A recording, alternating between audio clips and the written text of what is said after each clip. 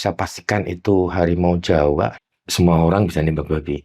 Tapi nggak semua orang bisa lihat harimau Jawa. Serius. Di situ saya ingin nangis.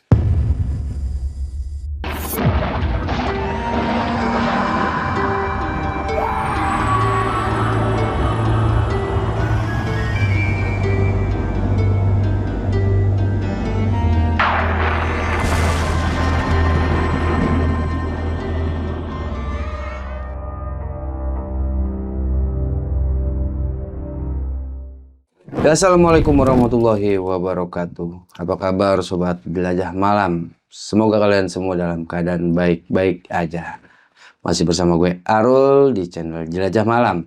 Dan kali ini di samping gue udah ada narasumber yang pengen cerita tentang pengalaman dia waktu berburu. Dan di situ dia ngalamin banyak banget hal. Siapa dia orangnya? Langsung aja kita sapa narasumber kita kali ini. Ya. Selamat malam, Budi Mas Harul, apa kabar? Budi ya. Ya. Budi, gimana kabarnya, sehat? Sehat, pangestu bisa hadir di acara ini. Saya senang sebetulnya.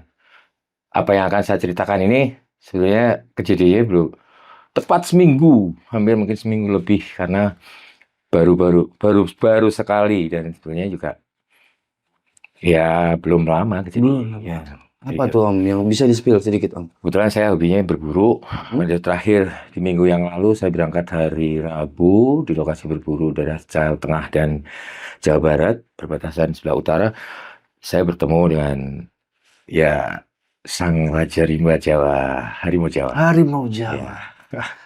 Langsung aja kita dengerin cerita tentang harimau Jawa yang katanya udah punah.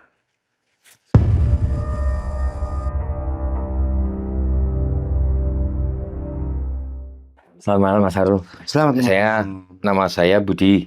Budi Prakoso. Saya tinggal di Jogja. Kebetulan saya datang ke Jakarta ada urusan sedikit pekerjaan dan kemudian bisa ketemu dengan acara ini. Sebenarnya hobi saya itu sebetulnya berburu. Olahraga outdoor. Salah satunya untuk berburu karena saya bukan pemburu ya. Jadi hobi memang berburu. Saya ikut perbagin dan kemudian dari aturan-aturan yang dari perbagin itu kan yang harus diburu kan binatang-binatang yang hama, disebut hama. Kalau untuk yang senapan angin mungkin tupai atau gimana. Tapi kalau untuk yang senapan api, senjata api itu biasanya hanya babi hutan. Selain itu tidak. Nah, kebetulan saat saya berburu di Jogja kemarin, berangkat dari Jogja, itu memang ada acara lomba berburu yang diikuti teman saya. Saya sebenarnya cuma ikut sebagai pengembira, tapi karena saya juga hobi berburu, tapi tujuan saya pada saat itu hanya mendampingi teman saya dan kebetulan ya kalau misalnya saat itu saya ketemu dengan babi hutan mungkin ya saya tembak, tapi saya fokus pada saat itu adalah mencari babi hutan. Jadi saya 3 hari 3 malam berada di daerah perbatasan Jawa Tengah, Jawa Barat. Malam pertama saya saat itu ditemani 2 orang guide karena kalau untuk berburu itu harus ada pemandu. Ya karena saya memang tidak antusias untuk mendapatkan hasil, saya lebih suka outdoornya, tinggal di gubuk dan saya bisa menikmati indahnya malam dan alam lah. Sebetulnya saya lebih berat ke situ bukan untuk karena sudah buat saya berburu babi hutan udah lalu lah, maksudnya udah lebih kali saya alam. Ya, saya udah tahun 2009, 2010, 2011 saya pernah ikut safari yang di Jambi misalnya seperti itu lama sekali. Dan saat terakhir saya berburu itu di era-era yang orang belum zaman sekarang. Belum zaman sekarang ini udah high end ya, udah pakai thermal dan kemudian sebelumnya lagi udah pakai night vision. Di era-era antar perpindahan pakai lampu penerang untuk mencari buruan sampai ke thermal ini ada jeda yang amat sangat lama. Saya itu nggak pernah berburu. Sehingga vakum. Ya, saya vakum. Tapi saya aktif di perbagin misalnya. Karena saya juga member perbagin. Untuk saya bisa eksis untuk bisa saya karena harus punya legalitas yang jelas kalau misalnya jadi anggota perbagin untuk menembak atau berburu. Nah, ketika saya berburu di saat minggu lalu itu teman saya rupanya memberikan saya pada satu hal yang membuat saya itu sebenarnya agak sedikit exciting ya. Saya pengen tahu nih apa sih katanya orang-orang pakai thermal. Thermal itu yang bagaimana? Sehingga saya dibelilah thermal. Kemudian satu pemandu saya pakai spotter, ya pakai kayak thermal tapi handheld gitu untuk dia bisa melacak buruan sekeliling kan. Harus dilihat dulu kalau pakai tele yang pakai thermal itu terlalu berat sehingga kurang praktis. Jadi saya dengan pemandu saya waktu itu namanya Ricky. Satu Toto, satu Ricky. Nah, di hari kedua ini Mas, yang lebih seru itu di hari kedua. Saya dari titik pertama, hari pertama saya di daerah yang sedikit lembah begitu. Posisi saya di gubuk yang biasa, ini ada tempat area yang biasa dijarah sama babi itu. Kebetulan teman saya karena sering berburu di situ, babinya agak sedikit berulang. Tapi menurut cerita masih ada babi 1-2 lah yang badannya besar jumbo itu kan benar-benar jadi orang incaran pemburu pasti. Bukan babi yang kecil atau babi betina, pasti yang jadi maskot itu adalah babi yang jantan dan punya saling. Gitu ya. Biasanya babon kalau mancing ya seperti seperti itulah. Trofi lah gitu ya, menjadi banggaan ketika seorang pemburu bisa menunggu. Tapi intinya saya jangan cari kebanggaan untuk mendapatkan buruan, enggak. Tetap saya bilang bahwa hari kedua saya sudah bilang sama teman saya, udah senapannya bawa yang lain aja deh, saya pengen kalian lihat, kalian nembak aja deh, nggak apa-apa. Nggak bisa. Lu tuh ngomong, lu lama nggak nembak. Allah, ntar gua bully lu ngomong gini-gini teman saya. Pokoknya katanya penembak kok nggak nembak kok satu lokasi kok terus nggak mau nembak gitu kan, lucu dia bilang. Iya deh, ya udahlah saya bilang gitu. Saya bawa lagi senjata. Itu unitnya apa tuh? Senjata yang untuk berburu itu di atas kaliber 556 mili. Ya, yang betulan yang saya pakai waktu itu memang senjata khusus untuk berburu. Christensen M4 lah ya waktu itu. Jadi kalau misalnya yang ya memang senjata yang untuk diizinkan untuk berburu. Teman saya pakai Remington 308, saya pakai Richardson 223 yang 556 itu, tapi yang civilian spec sehingga semi auto dia cara kerjanya. Jadi saat saya sendiri juga males gitu ya mau buka. Saya sih sekali kemarin sudah cukup lah, saya nggak dapat, saya nggak pengen lagi juga. Saya pokoknya di situ saya juga nggak pengen pulang, nggak terus ngomong yuk pulangnya nggak dapat, enggak. Saya menikmati sekali. Teman saya mah justru yang katanya jadi nggak enak deh, kamu nggak bisa nembak gini nggak dapat. Nggak masalah, saya senang, saya bilang itu. Teman saya pun juga akhirnya oke lah, sekarang kita cari lokasi yang hot deh buat lu, dia bilang gitu. Caranya itu teman saya ini benar-benar mau semi entertain ke saya karena teman baik gitu. Dia udah sering berburu. Udah deh, gua ngalah tempat yang biasa dan kamu saya kasih tempat yang benar-benar sekarang wah. Hotel California gitu.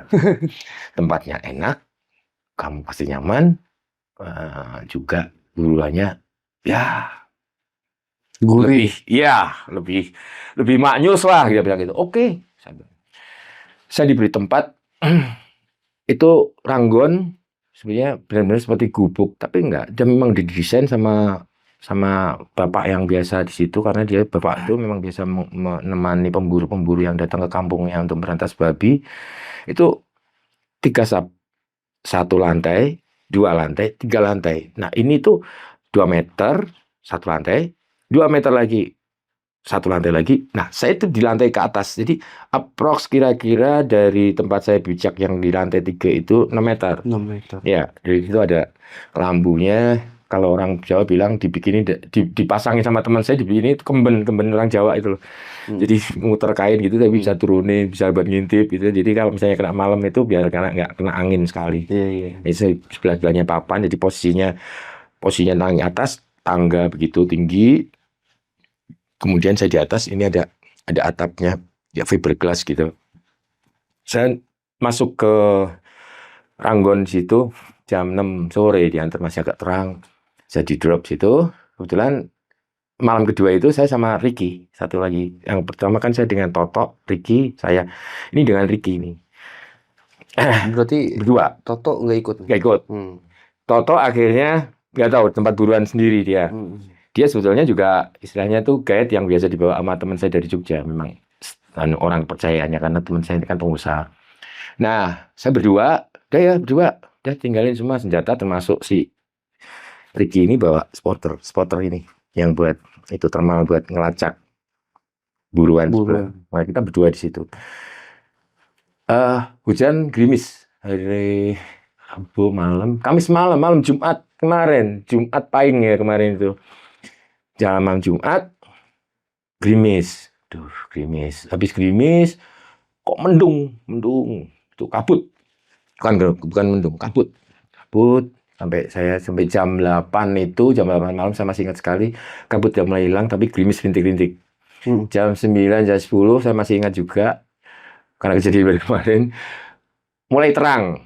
Tapi saya ngelihat bulan itu tinggal sepotong gitu, Mas. Apa namanya kalau orang Jawa ngomong nanggal sepisah gitu, kecil gitu ya. Ya sabit. Ya, bulan sabit. Orang bilang ada beberapa bintang. Beberapa kali Ricky itu, jadi ini Ranggon tempat saya, Mas. Ini ada tangga.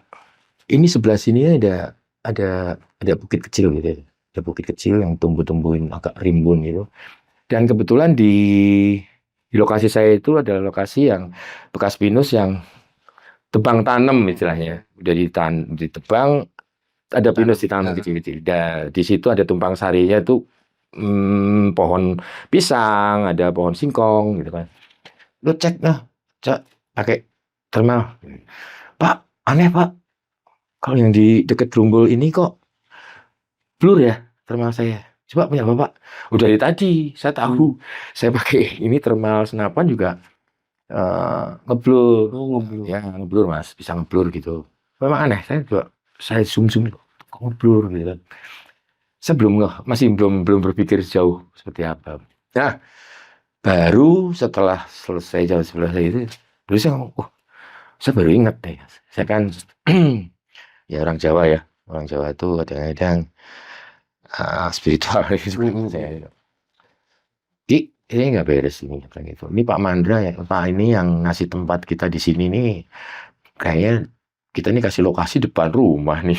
Rumah gimana Pak? Enggak, itu yang ngeblur itu portal, itu bisa jadi rumah loh, saya bilang itu. Cuman kamu aja ngelihatnya itu gerombolan. Portal gaib maksudnya. Maksud saya seperti itu. Iya.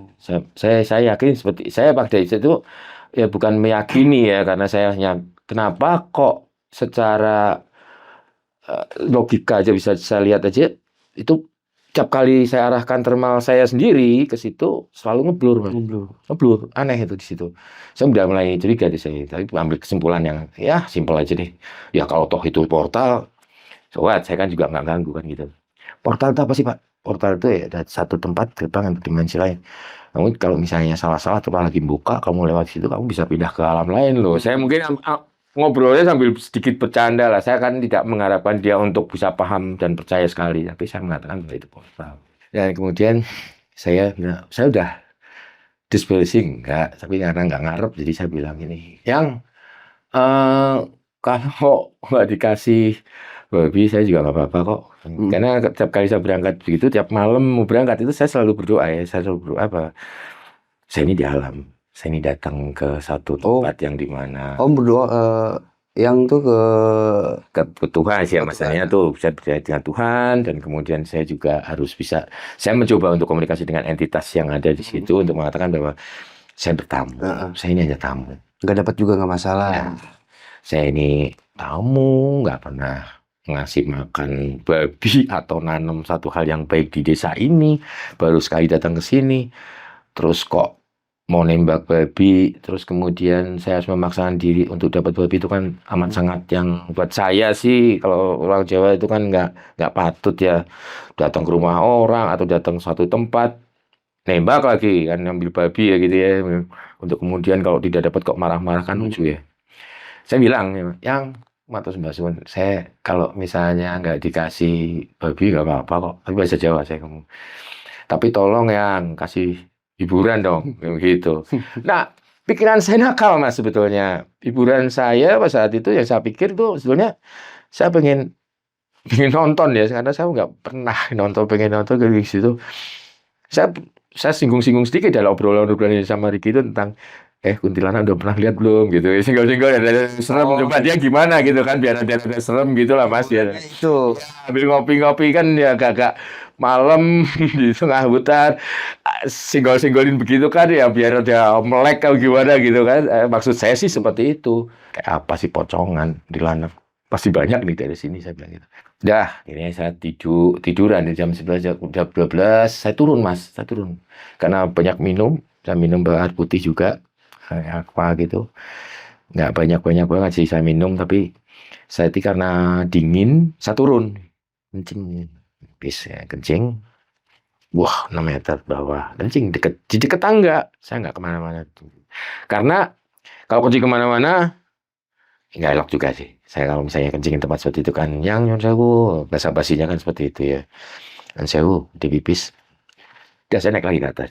Jam 12-an, sekitar jam 12-an. Akhirnya saya, Rizky, kamu kalau misalnya mau nyepot, jangan dipaksain. Gue nggak nafsu-nafsu banget kok. Kalau misalnya kamu lagi mood, kamu spot, nah itu mah justru kadang-kadang malah ada. Tapi kalau kamu paksain gitu, mata lu jereng itu. Aku ngeliat aja di gini. Karena ini kuat banget Mas itu Mas. Radiasinya itu seperti nonton TV yang dekat sekali. Karena ketika dimatiin thermalnya, telenya itu nggak bisa. Nggak seperti tele biasa. Orang saya lihat itu baterainya di tengah begini kok. Duanya kan ada untuk ngatur-ngatur apa, saya kurang begitu paham karena baru pegang alat itu baru sekali. Panjang seperti ini, sebesar ini. Itu kalau di mata kan ada karetnya gitu, kalau lihat kan gitu ya, nggak nonton TV gitu. Itu saya pakai nonton, itu lama-lama jengah juga, mata tuh buyar Mas. Oh, itu kadang-kadang ganti-ganti zoomnya, apalagi mata-mata saya kan juga udah ada beberapa yang silindris ya. Nah, saya tidur, sebentar laginya juga tidur. Sempat dengar saya itu, dia jam 12 lewat itu dia sedikit mendengkur. Gitu. Dah, saya diam, saya tidur lagi. Tidur, nggak bisa tidur nyenyak, Mas Arul. Jadi cuma tidur ayam gitu kan. Bangun saya, jam 1 kurang lah. Saya lihat jam 1 kurang. Iseng-iseng Saya bangunin dia, kasihan. Saya iseng-iseng coba pakai tele saya sendiri. Saya muter, gitu. Nggak ada. Giliran saya ini gerumbul, giliran saya ambil ke kanan begini, kok ada gerakan. Jadi kayak saya pikir babi ya. Saya bangunin, ki, celeng, gitu kan. Ini Pak, cek. Saya harus memastikan, karena saya tidak mau menembak sasaran yang targetnya itu nggak jelas. Itu bahaya sekali, karena kita pakai senjata api Mas. Saya harus memperhitungkan backgroundnya. Saya harus paham jarak jangkau tembak amunisi yang saya pakai. Sehingga saya harus mempertimbangkan ini peluru bisa, yang ditakutkan adalah kalau kita nggak tahu backgroundnya atau kita ini di dasar yang berbatu atau gimana. Yang bahaya itu rekoset. Satu. Yang kedua, lewat jangkauan peluru yang dimana kita nggak tahu berhentinya kapan. Itu nggak ada remnya Mas. Sampai sana desa kan nggak tahu saya kan gitu ya. Saya kan nggak tahu, bukan orang penduduk situ. Jadi walaupun itu di hutan, saya nggak bisa. Makanya saya di atas gitu, saya lebih baik 45 derajat atau setidaknya itu nggak 90 derajat seperti ini, datar, walaupun sasaran di sana. Saya lebih baik agak turun sedikit. Kalau itu di sana, saya tunggu sampai ke bawah. Kalau misalnya saya nembak, ini ada sasaran. Itu udah jadi perhitungan saya. Karena saya harus memastikan sasaran ini benar-benar satu, babi. Kedua, backgroundnya, latar belakangnya. Kalau enggak, bahaya sekali Mas. Banyak kejadian yang terlalu buru-buru, trigger, itu nyala, dikira ternyata manusia misalnya. Atau mungkin binatang yang tidak seharusnya dibunuh. Misalnya ternak atau apa. Gitu. Nah, saat itu memang 45 derajat saya lihat. Lihat, karena tinggi Mas posisinya. Jadi 6 meter, jauh 50 meter, 25 meter, ya 6 meter itu. Jadi karena ada sedikit bukit, sini gerumbul yang panjang. Jadi masih aman lah. Saya meyakini bahwa kalau begitu saya akan masuk ke tanah. Kalau misalnya pun nggak kena. Saya tidak begitu tertarik dengan tembakan long range. Satu, kedua, ya saya bukan hobi yang punya punya ekspektasi, wah, Harus jauh, harus dapat. Ricky bangun. Ini Pak, itu tuh situ. Oh, nggak ada. Ah, udah, gantian kamu yang spot sekarang. Sudah dari tadi. Terus saya matikan, Mas. Saya matikan, saya duduk sampai minum, sampai tidur ayam sedikit gitu di ranggon yang itu. Ricky-nya kan berdiri, jadi saya tidur. Saya tidurnya yang dari begini, posisinya yang dari begini, Ricky ke sana nih. Iya ke sana. Jadi saya menghadap ke sana. Tadi saya pertama ke sana, saya jadi nyandar gini dong. Terus saya taruh di sini. Dia berdiri di sini, sibuk pakai spotter ya. Tahu-tahu, Pak, wih apa? Celeng.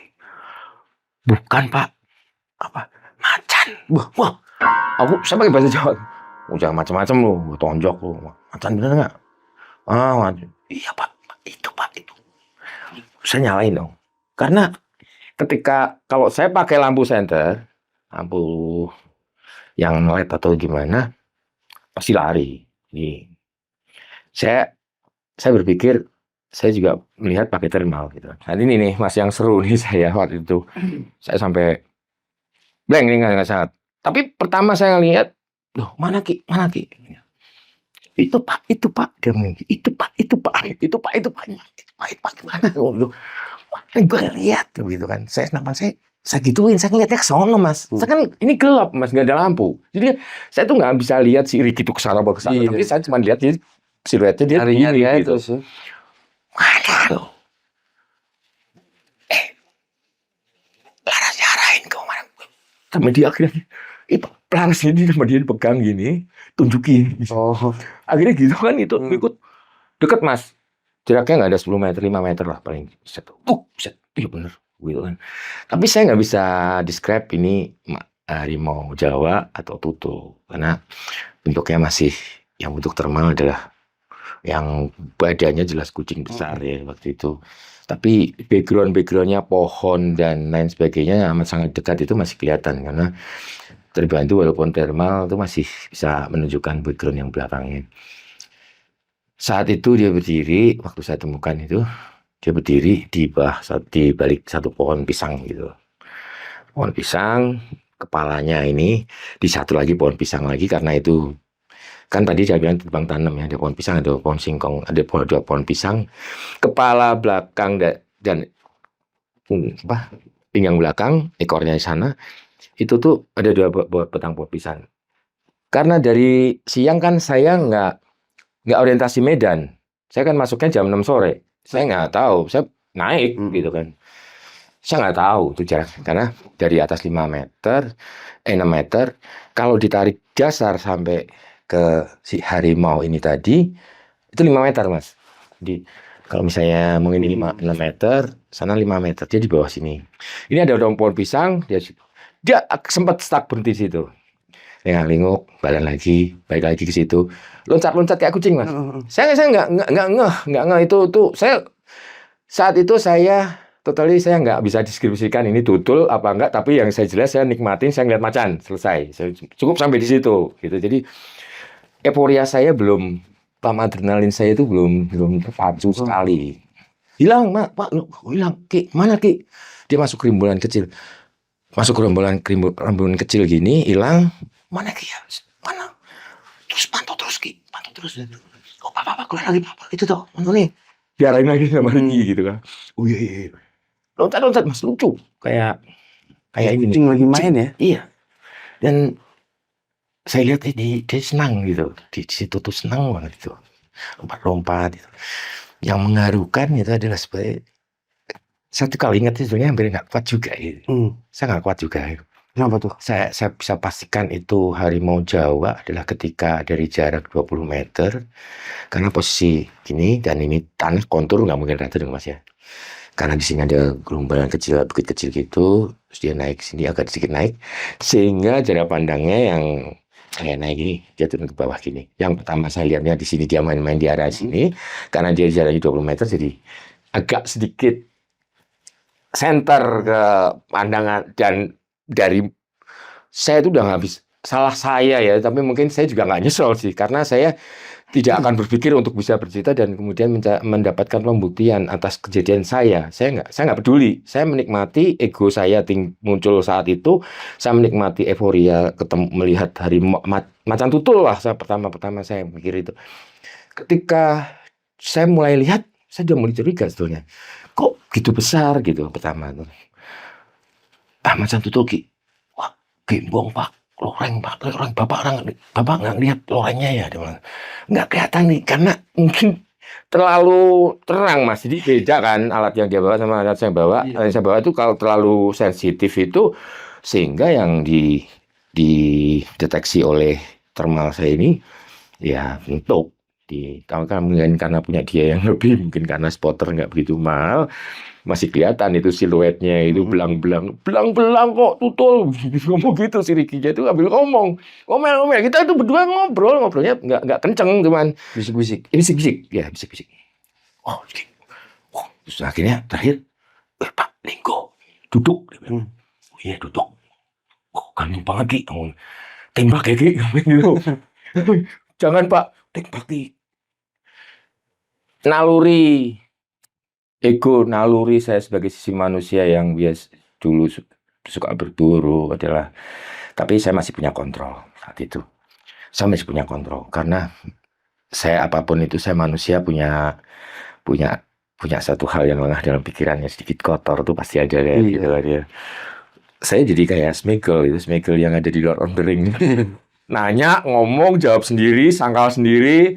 Saya ngomong, tembak aja, jangan ngomong gitu. Jadi kayak si Ricky itu kok kesan ngomong cerita, Bapak orang gila ngelihat saya itu ngomong sendiri, pas habis cerita itu Bapak ngomong sendiri, jawab sendiri, tanya sendiri, sangkal sendiri. Oh iya mas, betul. Jadi saya lihat, nah itu ketika melihat jadi duduk gitu dengan anggunnya, dia duduk ya setelah mungkin sana sini dia duduk gitu ngelihat ke saya, mungkin di situ ada mungkin apapun itu, mata dia mungkin lebih tajam dong dari manusia ya, karena dia nocturnal dan bisa diurnal, bisa siang bisa malam. Binatang karnivor macam itu kan berburunya aja malam tajam matanya. Iya, matanya tajam.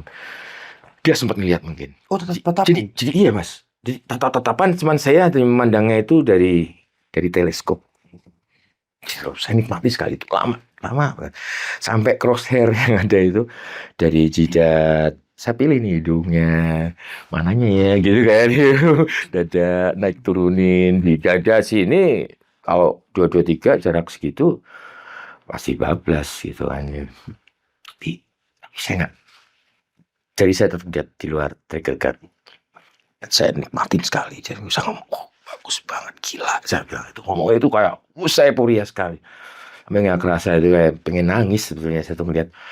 Nah dari situ mas, yang dulunya Ricky yang lihat belangnya, dan itu ya, karena mungkin dia terlalu lama stay dan kemudian diam, dan kemudian saya lihat ada di tele saya baru bisa describe bahwa itu tuh harimau Jawa. Dari apanya? Kepalanya yang besar dengan jambrongnya yang keluar begitu. Jadi kayak gambar-gambar ada jambrongnya begitu, dia duduk di gagah gitu. Dan karena thermal putih ya, belangnya kelihatan sih mas. Itu mulai mas saya, itu jantung sini. Mantap. Mantap. Aja, gila. Wah mas Bu. Itu saya mungkin nembak misalnya nih, punya pengalaman nembak gajah, nembak itu apa. Kalah semua tuh. Saya yakin orang terus cuman begitu, terserah. Ini yang saya rasakan. Jadi saya mau apa yang saya rasakan dong.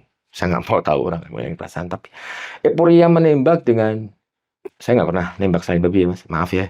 Jadi babi gitu besar, berapa ratus kilo, salingnya besar. Ya punya euforia sih, banggaan waduh gitu ya. Tapi kalah. Semua orang bisa nembak babi, tapi nggak semua orang bisa lihat harimau Jawa. Tatapan lah ya. Serius. Di situ saya ingin nangis. Saya bergetar.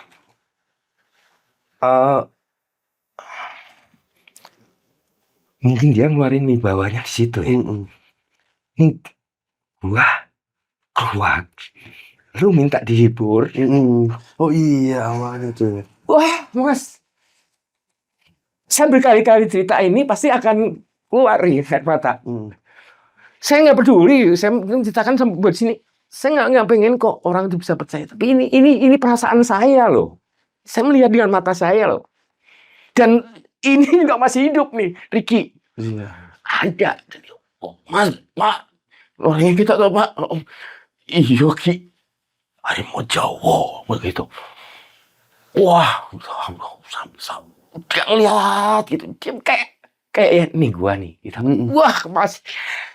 Interaksinya sama saya itu justru dia waktu duduk gitu loh. Saya ngeliat pakai teleskop dan saya nggak sempat untuk merekam. Ini gue kalau buat lu nih. Sorry. Suka berburu tapi cengeng. Mungkin saya terlalu sensi. Wah, itu benar. Saya nggak bisa menggambarkan. Saya nggak bisa pura-pura, Mas. Orangnya nggak bisa pura-pura untuk bisa apalagi nangis seperti ini gitu ya. Perasaan saya benar-benar tiap kali ingat itu. Saya waktu pertama cerita dengan Mbak Mona untuk kemudian dipanggil di sini juga perasaan saya sama gitu. Saya dihibur oleh leluhur saya dengan satu kearifan lokal yang luar biasa, itu priceless buat saya, amazing, priceless, Mas. Harimau Jawa yang pemerintah aja bilang punah gitu, dan beberapa orang itu berpolemik, berpendapat ada simpang siur, tapi saya meyakini dan saya masih bersyukur itu masih eksis. Hanya saja nanti akan saya jelaskan lagi kenapa saya punya alasan bahwa semesta ini dengan para eyang atau leluhur menyimpan di tempat yang lebih beda. Karena semesta ini udah nggak percaya sama manusia, Mas. Betul. Udah nggak percaya lagi pada manusia. Makanya dia punya cara sendiri. Gitu. Iya, alam punya cerita sendiri, punya cara sendiri, planning sendiri untuk melestarikan kekayaan alam. Sangat ini kekayaan alam gitu. Kalau harimau itu bukan satu hal yang diagungkan, tentu Prabu Siliwangi naiknya kambing lah. Ada raja-raja semua simbolnya juga pasti India, tentara Indonesia juga punya simbol yang dimana harimau jadi satu simbol yang gimana ya, luxurious gitu ya. Menurut saya semesta ini amat sangat baik, bijaksana sekali, menyembunyikan satu peninggalan alam atau hasil bagian dari semesta ini di tempat yang rapi. Dan saya meyakini nggak semua orang. Harimau Jawa bagi siapapun, ini saya beri satu statement nih, Mas ya. Harimau Jawa, ketika orang di Jawa ini melihat harimau Jawa, itu karena harimau Jawa itu mau menunjukkan, Mas. Kenapa saya bilang begitu? Ketika paginya saya kembali ke tempat posko, itu sampai nih cerita. Pas udah hadapan gitu. Hadapan ini cerita nih. Ini ending nih, Mas. Belum selesai. Ini saya sorry masih bikin penasaran ya. Saya melihat dia gitu, dia jalan lagi, Mas. Jalan. Itu seorang kayak dianya sekitar dia tempat duduk. Ini, Mas, kenapa saya itu sekarang jadi gak melankolis seperti ini? Karena dia itu kayak say goodbye gitu loh. Saya bukan GR ya, itu yang saya rasakan dan itu yang saya lihat gitu. Muter-muter, nah dia tempat berdiri ada pembatas gitu, bambu segini, ya, mungkin pembatas kebun atau nggak tahu ya, karena saya lihatnya setelah paginya itu kayak ada gerbong gitu, dia jalan setelah duduk ini muter-muter balik lagi gitu, jadi duduk di salam perpisahan. Iya, dia tuh jalan dengan anggunnya. Melompat begini, Mas, gitu, betul Afridi gitu. Nah itu, Mas, saya baru ngomong, Ki, bener kan? bahwa itu portal. Jadi begitu dia melompat, cek, itu seperti masuk yang satu dimensi yang hilang. Dan itu baru ngamuk saya. Bukan ngamuk sih sebenarnya. Saya nyalain tuh Mas ampu elektrik yang kenceng. Itu baru saya sapu-sapu. Nggak ada Mas. Hilang. Dari sejak itu sampai pagi saya sempat tidur, ya ngobrol-ngobrol lagi sama Riki. Ngobrol itu bahas itu dan ya salah satunya, buset, saya tadi kencing di situ. Si Riki, oh, saya tadi berarti lama Pak di situ. Ki, besok kita cek ke bilang itu. Kalau itu harimau jadi-jadian, tentu nggak ada footprints atau apa ya, jejak. Tidak, bahasa Jawanya tapak gitu kan. Kita lihat besok deh. Kalau nggak ya anggap aja itu hantu. Dan benar Mas, pagi saya nggak. Begitu agak sedikit terang ada matahari lah, saya langsung minta turun sama Riki. Turun. Kenapa? Saya tetap nggak percaya Mas, itu takut ya. Loaded Mas, kondisi saya itu tetap kunci. Saya kokang, saya kunci, saya turun. Ya takut dong. Ya saya nggak mau gambling ya kan, apapun itu. Orang sebelumnya aja saya juga digigit anjing kan gitu kan ya. Apalagi harimau gitu kan. Saya juga nggak. Saya antara tetap saya pakai logik saya atau SOP seorang yang berada di tempat yang itu saya pakai. Artinya harus bisa terjaga keamanan. Apapun nyawa kita lebih penting kan begitu. Saya turun, saya lacak. Karena tanahnya tanah merah Mas, agak keras sih. Itu bekas hutan pinus. Itu ada beberapa yang karena bekas sisa gerimis malam agak empuk dong. Kelihatan Mas. Tapaknya ada. Tampaknya jelas sekali. Bulat bawah gini. Bulat gini bawah. Kelihatan sekali. Bulat gitu. Wah, ini harimau. Tapak harimau sih. Saya melihatnya sih gitu ya. Apa namanya? Tengahnya satu, bawahnya mungkin tumitnya ini. Lemong lah saya ngomong gitu. Ada beberapa mungkin yang tempat yang dia lompat itu ada bekas pijakan mungkin kakinya gitu kan. Ada kukunya gitu. Ya sih aman, tapi nggak semua langkah dia jalan itu telapaknya kelihatan. Saya hanya menemukan beberapa. Nah, yang bikin saya agak sedikit, orang Jawa sih ngomong miso-miso ya. Tapi ketawa-ketawa seneng aja, ketawa-ketawa geli. Di depan tangga saya naik Mas, di belakang saya kencing semalam, bayangin ada telapaknya, gila kan? Itu kan berarti lewat dong. Semalam gua kencing situ, lewat belakang gua di situ. Apa namanya, telapaknya kelihatan walaupun nggak begitu jelas, tapi ada beberapa yang. Nah, handphone saya ini bukan cekrek boy. Handphone saya taruh di atas. Jadi saya hanya fokus di ngelacak itu. Jadi saya nggak punya pikiran, abadikan, tapi begitu buat argumen kalau orang. Saya nggak mikir lagi ke situ. Orang mau, kalau itu pun menjadi bahan cerita, atau kemudian percaya atau nggak percaya, saya tuh nggak peduli lagi. Jadi kesaksian ini untuk saya, gitu kan. Kalau ini pun berbagi, ya berbagi cerita. Saat yang paling ngagetin ya itu tadi, ternyata di bawah saya itu dia tuh sempat lewat di tangga. Kalau misalnya dia mau nyerang saya, nggak kesulitan lah Mas, 1 meter sama harimau. Dan kemudian saya yang lebih lihat lagi, ya tadi dia berdiri di 2 pohon pisang ya Mas ya. Riki itu setinggi 165, saya 175. Dia nanya ke pendek. Ya Pak, segini. Ya kalau misalnya saya segini, saya lah. Kalau misalnya dia berdirinya segini, karena dia lebih pendek dari saya, dia paling kalau pohon pisang itu segini saya. Jadi sekitar 100-120 lah, 100 cm lebih. Patokan saya dia berdiri antara pohon pisang satu dan pohon pisang yang satu lagi. Dan badannya lebih besar dari bekas pohon pinus yang sebesar ini dipotong. Jadi ada potongan pohon pinus karena itu saya tadi bilang hutan tanam kan. Jadi itu habis dipotongin terus ini ada pohon pisangnya. Itu pohon pinus yang kepotong itu segitu badannya itu dengan pohon pinus yang sekitar diameter 40 lalu 50 60 cm itu lebih gede badannya, Mas.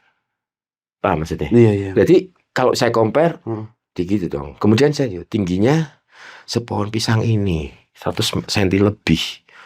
Panjangnya akhirnya begitu kan. Ya. Saya analisa juga gitu ya.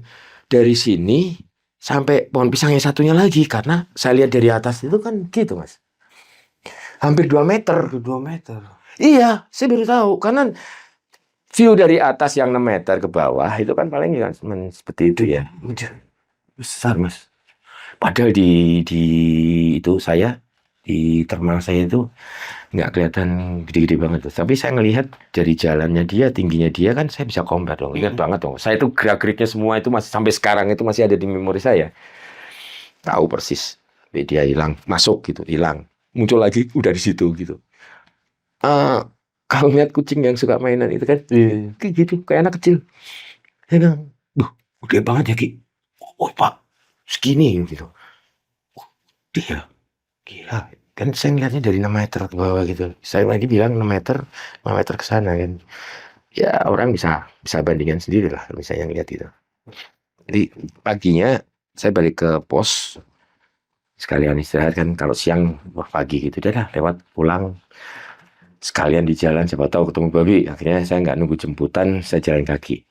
Heran saya di situ yang saya nggak masuk di logika saya itu ada hutan pinus sebelahnya. Di tengah hutan pinus ini ada orang kampung yang ikat, ada kandang kerbonya itu 2. Di dalam kandang ada kerbau lagi yang diikat di 2. Di luar ada lagi beberapa binatang yang mungkin lepas di situ ya, dilepas karena hutan pinus. Di jaraknya antara saya di gazebo saya, ranggon saya itu dengan rumah penduduk itu sekitar nggak jauh 500 meter lah, Mas. Nggak jauh, dekat. Hampir pemukiman. Dekat sama tempat kerbau itu pun 200 meter. Ini yang nggak masuk akal di logika saya. Kenapa kok nggak makan kerbau gitu loh. Ini aneh di situ. Sedangkan telapaknya ada. Itu bukan hantu dong. Yang hebat lagi, semesta ini bisa menyimpan dia untuk tidak mengganggu manusia. Sehingga manusia tidak terusik. Dekat, Mas, akhirnya saya pulang dari Ranggon ke tempat posko itu jalan kaki kok. Jalan kaki ada sekitar 500 meter lah, hampir 1 kilo kurang. Jadi lihat hutan nggak kerasa ya. Nah, asik ambil lihat pemandangan. Harusnya nggak masuk akal. Karena aneh ya. radius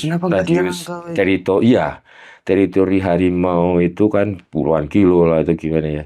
Atau dia tidak mau di dekat pemukiman manusia, atau mungkin karena Pulau Jawa ini memang udah terlalu padat, nggak tahu. Tapi semesta ini tetap menyembunyikan di situ. Jadi itu yang jadi misteri buat saya.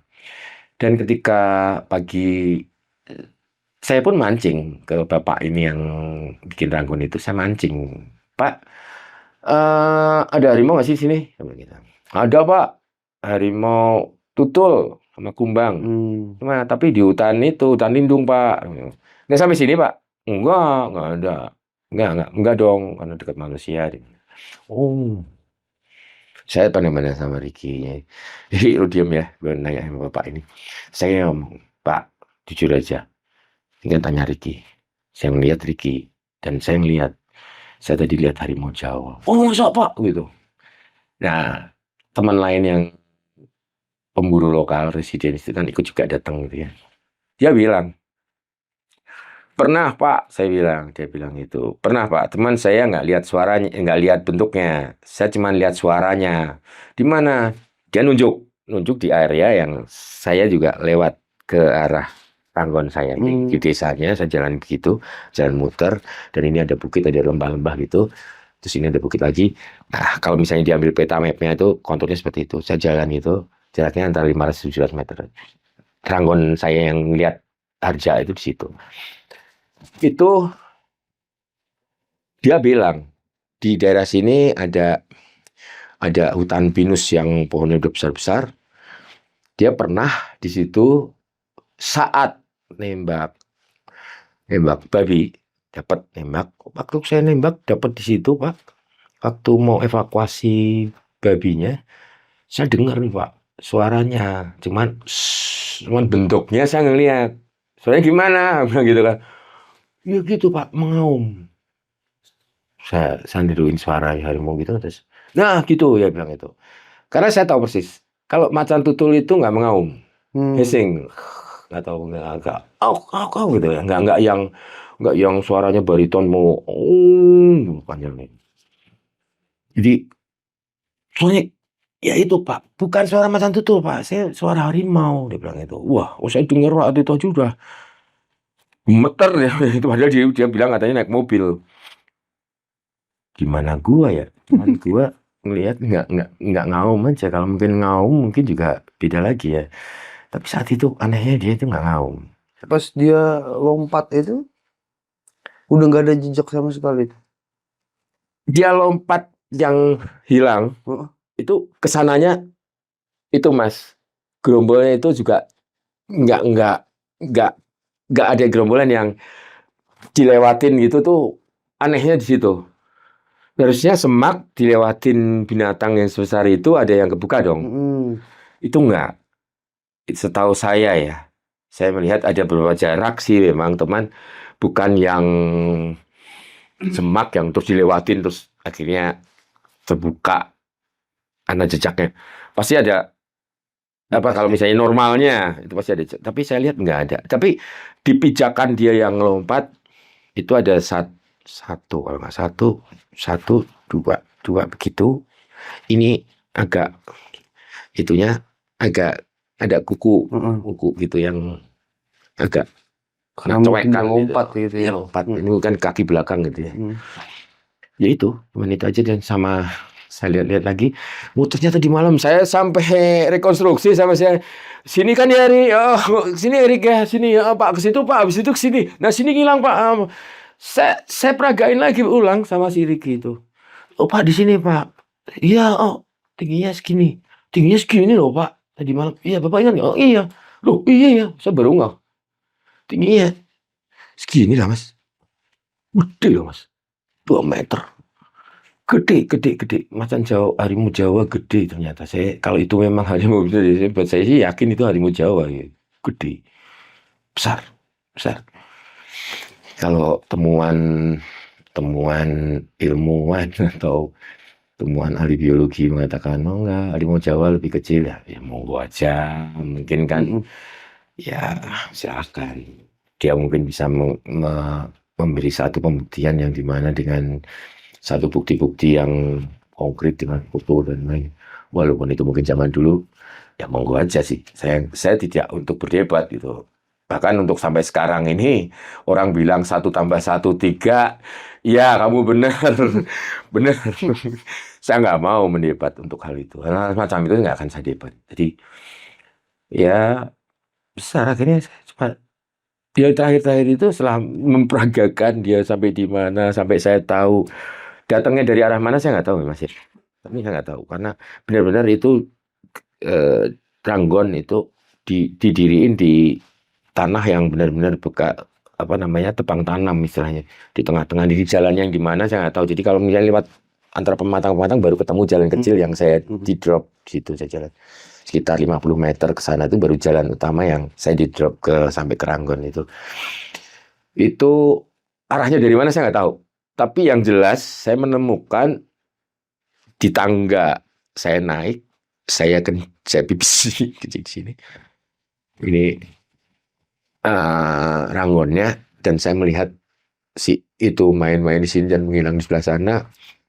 Ini tangganya dia jalan di sini nih. Sementara saya pernah kencing di situ. Dan antara kencing dan saya melihat si Mbah itu jalannya 1 jam kurang. Berarti nggak tahu juga ini pas lagi kencing ini dari belakang ya. Itu kan ya tahu juga ya. Tapi mungkin juga air. Tapi saya yakin kalau dia itu mau menganggap saya sebagai mangsanya nggak sulit Mas. Nggak sulit. Nah, yang aneh lagi yang belum saya sampaikan. Biasanya yang ada suara jangkrik, burung malam, kuku, apa krik apa gitu ya. saat itu tuh nggak ada. Cirinya di situ. Saya baru ngeh. Jangkrik aja sampai nggak berani bunyi, Mas. Takut apa tuh? Iya, Takut dimakan juga. nggak tahu. Tapi saya ngomong setelah itu hilang, senyap, Mas, sunyi gitu. Kayak blank gitu. Saya sama Ricky. Ada suara ya? Nah, begini nih, nggak ada suara. Gini. Yang dulunya tuh krik, krik, krik, krik. Oh, krek, krek, krek. Bukan. Kalau tonggeret sih siang ya. Saya hafal itu. Tapi suara jangkrik apa serangga malam adalah yang kasih suaranya krik, krik, krik itu nggak bunyi satu. Suara burungnya kuk, kuk, kuk, kuk, kuk. Atau suara burung suara burung kedasih malam yang agak menyedihkan kalau dengerin. Nggak ada. Nggak ada. Nggak ada suara sama sekali. Senyap Itu, ya? ya senyap. Kayak menghormati gitu. Ya, dan saya sama gini lihat tadi ngomongnya itu juga bisik-bisik yang sampai saya itu, aduh nikmat banget lah. Itu nggak takut karena saya masih berpikir ini harimau Jawa atau macan tutul, saya nggak peduli. Tapi ini kucing besar. Saya pertama begitu. Saya itu compare dengan pohon karena ngelihat dia lewat situ. Saya juga nggak mikir ini pohonnya tinggi seberapa. Saya nggak tahu. Tapi saya mememori semua gerak-gerik dan posisi dia di mana aja itu yang dalam memori saya yang saya masih ingat. Sampai yang terakhir saya punya keputusan itu ya harimau Jawa. Ya mana ada macan tutul punya jambrong, kupingnya agak nggak besar gitu, terus badannya yang kotaknya, terus profilnya yang terus kemudian siluetnya belang, kan tutul tapi belang gitu. Ya jelas harimau Jawa. Jelas itu A1 kalau orang bilang. A1. A1. Dan si Ricky pun juga ngomong, lu tadi kan saya udah ngomong Pak itu belang-belang gitu. Ya nggak tahu gitu. Gue yakin nggak yakin sih pertama, Pak macan Pak, loreng Pak, tutup loreng Pak. Alah, itu ada diskusi. Saya ngomong tuh bodoh amat. Perdebatan. Iya bodoh amat. Saya benar ngeliatin lucu ya Ki. Sampai yang terakhir nonton gitu, ya agak turun ke bawah 50 meter, 30 meter, saya lihat. Wih. Ya kalau misalnya ini tele ya dia segini lah Mas gitu ya. Gitu ya. Kita saya ingat saya gitu segini gitu. Dan crosshair-nya itu saya tris ke jidatnya, turunin lagi ke mulut, ke leher, ke sini. Sampai yang saya ngomong tadi sampai ada perbincangan tembak nggak ya? Jangan ini Pak, ini kayak Smegel yang ada di Lord of the Ring. Indah banget, indah. Yang itu selesai. Nah, saya speechless. Ya itu pas lagi gitu saya masih belum sampai segitunya saya masih belum waktu crosshair itu. Ketika saya mengatakan bahwa jangan, itu bagus, biarin aja, oh asing. Itu sepersekian, ada beberapa detik, itu baru saya berhenti ngomong, saya speechless ketika baru ngeh itu harimau Jawa. Terus saya baru berhenti ngomong, saya nggak bercanda lagi. Yang ngomong tembak ini enggak. Tuh, beli Jawa. Ki, loreng, Pak, dari tadi kan aku ngomong. Mau Jawa gitu. Dan aku tuh sampai apa namanya? Nggak percaya, Mas. Saya aja kejadian itu mungkin saya juga kayak iya nggak sih? Tapi paginya iya sih, Ki. Iya, Pak. Tadi malam kita nonton dari Jawa. Kan paginya saya masih minum semalam lagi. Ki, jujur nih Ki, saya paginya ngobrol-ngobrol sama Ricky karena masih semalam lagi kan itu hari kedua. Hari ketiga tuh saya masih tidur di hutan di itu sama Ricky lagi, duet lagi berdua. Tadi Om bilang ya mulai berburu tuh dari... Oh, saya dari muda Mas dulu. Saya memang dikenalin teman saya yang berbagi senior dulu tahun 91. Adalah seorang anak pejabat di Jogja yang karena bapaknya tentara.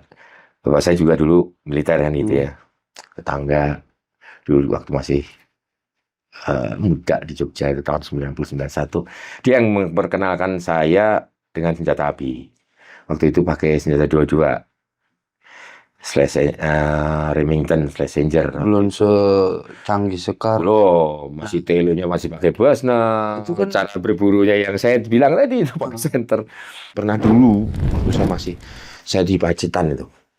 Ya, masih tahun 90-an ya, itu masih nggak tahu aturan banget ya waktu itu. Tapi topiknya adalah saya nembak bebitan.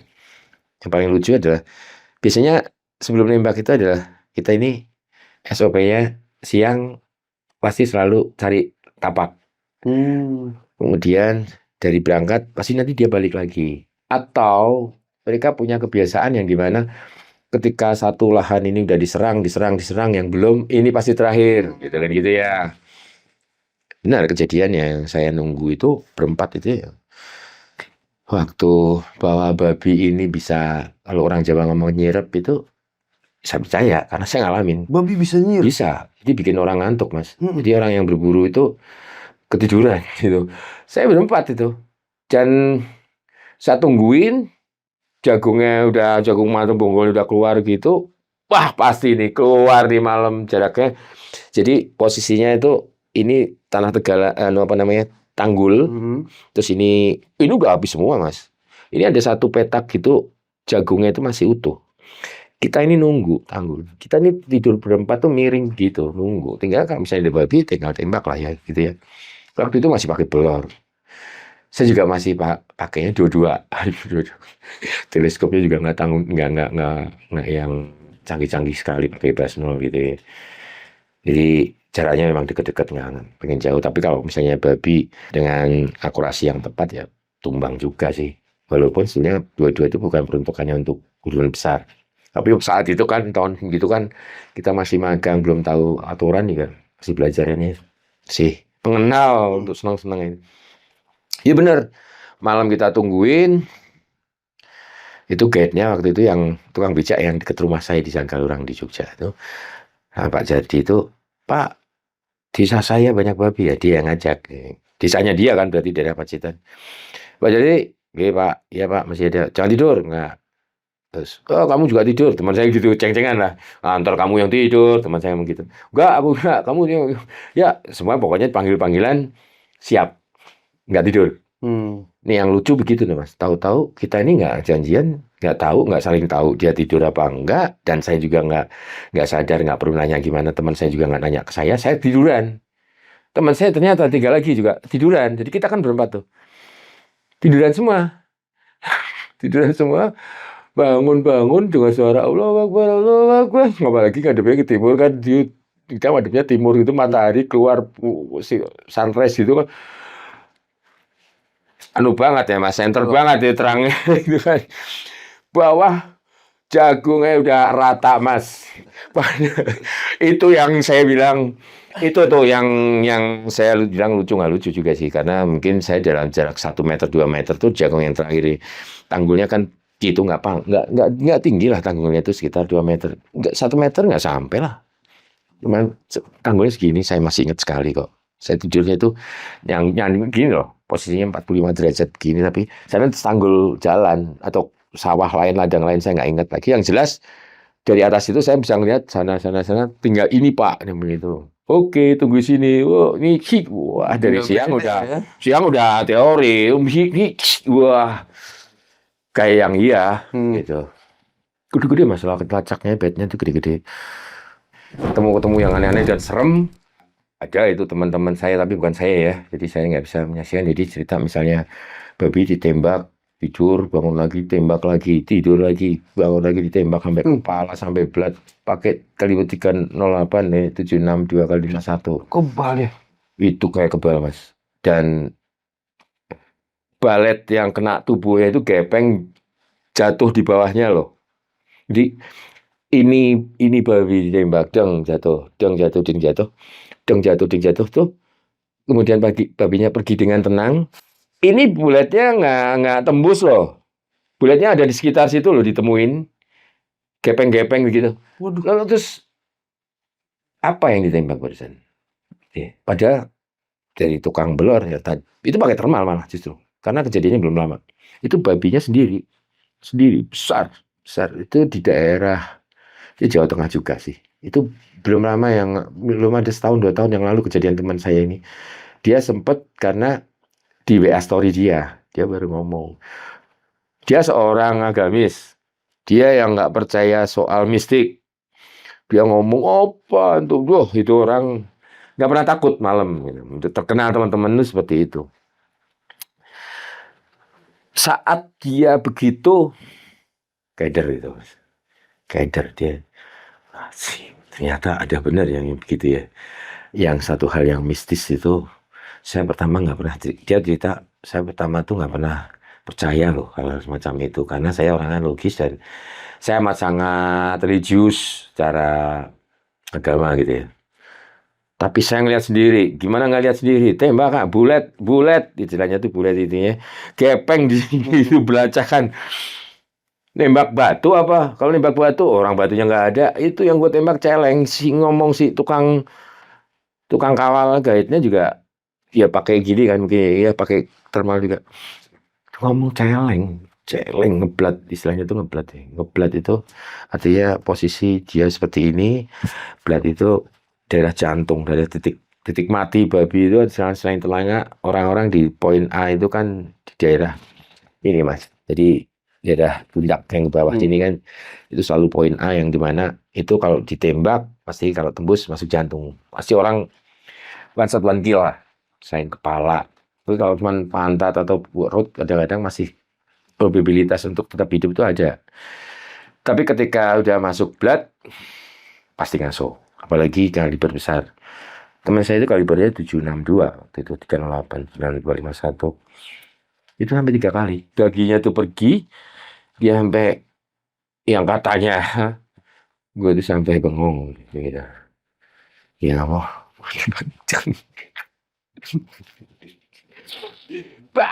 Bangun lagi, bangun.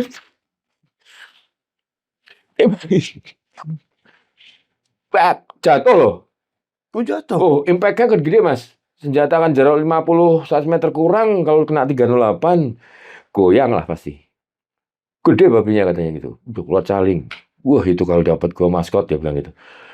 Babon dia bilang gitu. Duk, bangun. Bangun lagi pak. Kasih lagi. Duk, jatuh lagi. Krek, lah 50 meter pakai thermal masa nggak kelihatan sih crosshairnya, goyang-goyangnya nggak banyak-banyak banget lah. Kalau jarak jauh kan kelihatan titik itu crosshairnya masih bisa nitik-nitik ya. Kalau jaraknya cuma 100 meter, 50 meter kurang ya, masuk di crosshair ya nggak milih lah gitu ya. Mau belat, kepala, hidung sampai kaki, jempol aja bisa milih karena itu kan ada pembesarannya, ada variabelnya kan. Itu kejadian itu sampai kayak dia juga cerita. Ada lagi teman saya ini orang Cirebon dulu pasti dia bujang itu anak orang kaya ya kan, tapi memang suka jual daging sih nggak tahu ya. Itu dia bisa nggak tahu dari punya, karena orang Jawa Barat dia punya satu mantram itu sampai pernah kejadian di mobilnya itu babi itu muter mas, tinggal milih katanya. Tapi cerita dari dia itu sama istrinya waktu itu masih pacaran pun cerita sampai akhirnya karena kenalan lama ya, sampai dia istrinya sendiri cerita itu duduk di atas kap mesin mobil, ini kap mesin mobil jeep itu kan gitu ya. Duduk di situ, bukan ranggon, duduk di atas jeep itu. Dia ngerokok, nggak tahu apa yang dirokok. Celeng datang. Gitu. Dan pasti nembak. Saya malah justru nggak pernah dapat dia. Aneh. Karena saya memang nggak usah begitulah, jalan kaki aja biasa. Tapi yang paling serem itu kalau celeng memang udah sendiri, Mas. Kalau masih rombongan, yang terakhir yang kemarin ada sekitar 8 atau berapa. Depan induknya, belakang anak-anaknya gitu. Terus tapi yang belakang sendiri itu pasti si bosnya, si cowok yang paling gede. Jadi depan itu yang muda lah, paling nggak apa babonnya gitu. Tapi yang belakangnya kecil-kecil. Nanti yang belakang sendiri, yang artinya lu nggak boleh kesana, nggak boleh sana. Ini jalannya udah on track nih. Gue belakang swiper. Itu selalu paling besar. Jadi kalau misalnya lihat buru-buru, lihat babi yang rombongan begitu, jangan buru-buru yang depan ini yang ditembak, ada yang tengah-tengah ditembak. Yang belakang sendiri pasti paling besar. Jadi tungguin yang belakang aja. Jadi kayak running target. Tapi biasanya yang waktu yang terakhir itu waktu habis kepater, memang ada babi yang nyelon lompat gitu. Saya ngelihat, anak-anak banyak. Berhentinya gampang masih, shit gitu kan. Weh, shit gitu. Berhenti, shit. Tapi kan kita mau berangkat, Mas. Senjata nggak perlu, ya senjata itu dari arah tempat poin satu ke tempat yang lain, nggak boleh loaded. Loaded itu kan kondisi 1, kondisi 2, nggak boleh. Harus kondisi 3, artinya kondisi 3 itu senjata dengan pelurunya terpisah. Nggak boleh. Senjata dengan kondisi 2 itu adalah senjata di magasin atau di senjata itu ada peluru, walaupun tidak terkokang. Itu nggak boleh. Harus nanti di jalan, di tempat baru. Kondisi 1 itu masuk chamber, kunci, Aturannya bag. seperti itu. Ya, seperti itu yang manas ya. Seperti kalau misalnya kita mau postir ya, atau kita mau naik. Jadi berburu itu ada beberapa metode, Mas. Tahu saya. Ada namanya postir. Postir itu ya seperti tadi Mbak Munang bilang, postir itu dari postir artinya nunggu ya. Terus kemudian blur jalan. Terus kemudian ada lagi yang ngedrive. Ngedrive itu saya nunggu kayak postir gitu. Nanti orang sama anjing ngejar babi. Itu yang paling berbahaya. Itu kalau nggak ekspor bahaya. Nggak boleh. Nggak apa ya. Nggak. Buat saya nggak tertarik untuk yang begitu. Itu namanya ngedrive. Ngedrive itu artinya mengendalikan ini dia. Jadi ada mungkin di situ gerombol itu mungkin dipikir pasti ada babinya. Nanti orang bawa anjing banyak, anjingnya itu dilepas.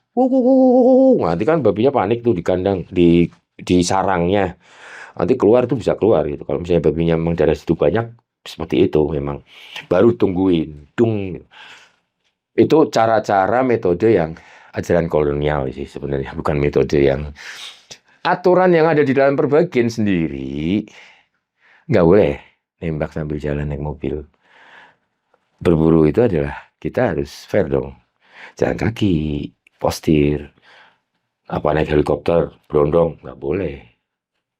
Harus ya kita jalan kaki. Kita harus benar-benar fight. Bukan yang di atas mobil, naik mobil, wah, nggak fair. Aturan yang setahu saya itu seperti itu. Setahu saya ya, kalau saya salah ya correct me if I'm wrong. Iya sih, setahu saya seperti itu. Boleh dikoreksi sama orang-orang pemburu yang senior. Boleh naik kendaraan, ranggon, itu berhenti, baru di lokasi berhenti. Tunggu, babi lewat, tembak. Yang nggak boleh adalah, babi lewat dikejar dari mobil. Baru dibrodok. Itu nggak boleh. Jelas menang orangnya dong, gitu kan. Nggak fair. Boleh lagi itu kalau yang zaman dulu, yang namanya postir yang paling, itu saya punya temen tuh. 1 orang, dia bisa 2 hari, 1 hari. Pohon, Mas. Bukan. Kalau saya memang kayak Hotel California, saya ngomongin tadi, hotel yang 3 sub, itu enak banget. Udah, 3 bawa selimut sama bantal, mungkin tidur juga pakai sleeping bag, enak banget. Kalau yang teman saya itu tidur di dahan loh. Di dahan gitu kadang-kadang kalau misalnya tempatnya memang udah permanen sama dia, cuman bawain papan gitu, diket-diket di antara dahan gitu, jadi kayak semi rumah pohon tapi tempat buat duduk. Dia di atas itu, udah nanti malah justru mungkin kalau nggak pakai termal pakai ini belor. Begitu suara dengar tek kokang, pakai belor, temennya belor dia nembak. Itu cara-cara konvensional dulu ya. Kalau yang sekarang mungkin dia pakai termal, tapi tetap aja di atas pohon. Itu ada teman saya seperti itu, semalaman di atas pohon. Oke, Pak. Pesan dan pesannya sebelum saya tutup nih, Pak. Gitu ya, pesannya.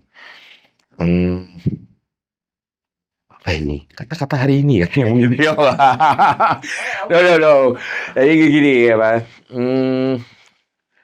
Kalau menikmati sesuatu itu, ya kalau buat saya sih, ingatlah kita ini manusia ya, bukan satu hal yang paling. Manusia paling mulia, ya. Tapi kalau manusia paling hebat, saya bilang enggak. Saya nggak percaya. Manusia nggak ada yang hebat. dibandingkan semesta. Lu mainnya kurang jauh kalau lu ngomong, manusia hebat, main lu kurang jauh. Kita ini hanya, kalau bisa kita menghormati semesta ini kok. Alam itu harus dicintai. Alam itu hidup. Alam itu juga bisa diajak bicara. Alam itu amat sangat baik. Ketika terjadi sesuatu yang menyangkut kamu, dirugikan oleh alam, jangan tanya alam, salah alamnya apa, tapi tanya pada diri kamu sendiri aja dulu. Tanya pada diri kita, gitu. Kita sendiri. Karena alam itu baik sekali. Alam ini sudah memberikan banyak pada manusia. Alam itu sudah banyak dirampok oleh manusia. Tapi manusia masih mudah. Coba kita bisa belajar nggak dari bumi, yang dimana ambil air, diambil, dikasih benih, tumbuh. Dibuangin sampah, sama dia diurai. Coba manusia sedikit aja, nggak cocok, beda. Belajar sulit, mas. Saya juga baru bisa ngomong jargoni, karena saya belum bisa total, tapi saya tetap bisa pengen belajar seperti bumi. Seperti bumi, bisa tenang, bisa dihina, diapain, diinjak-injak, sampai dikeduk, dikeruk, gitu aja. Tapi hebatnya bumi kalau udah marah, kompromis. Itu. Jadi jangan pernah jahatin. Kalau bumi sedang kita ada marah petaka, bumi itu nggak jahat. Dia marah ya manusia, lu aja yang brengsek. Udah gitu aja udah. Chef, bumi itu baik. Itu Mas Arul, maaf sekali kalau ada kata-kata salah kata di acara ini. Saya mohon maaf mungkin ada perilaku atau mungkin perkataan saya yang menyinggung. Saya hanya manusia yang nggak lepas dari, saya nggak memiliki kesengajaan untuk melukai dari kata-kata saya atau ingin menyinggung satu dan lain hal. Nggak ingin ada yang tersinggung. Maaf. Itu dia cerita dari Om Budi. Bener-bener ini jarang banget nih dapat bisa ngelihat dan tatapan langsung sama harimau. Buat kalau lu pernah ada nih yang punya pengalaman begitu, bisa komen biar ntar kita duduk sini. Oke, kita ada di akhir video. Gue Arul, saya Budi. Jelajah Malam undur diri. Assalamualaikum warahmatullahi wabarakatuh. Waalaikumsalam warahmatullahi wabarakatuh.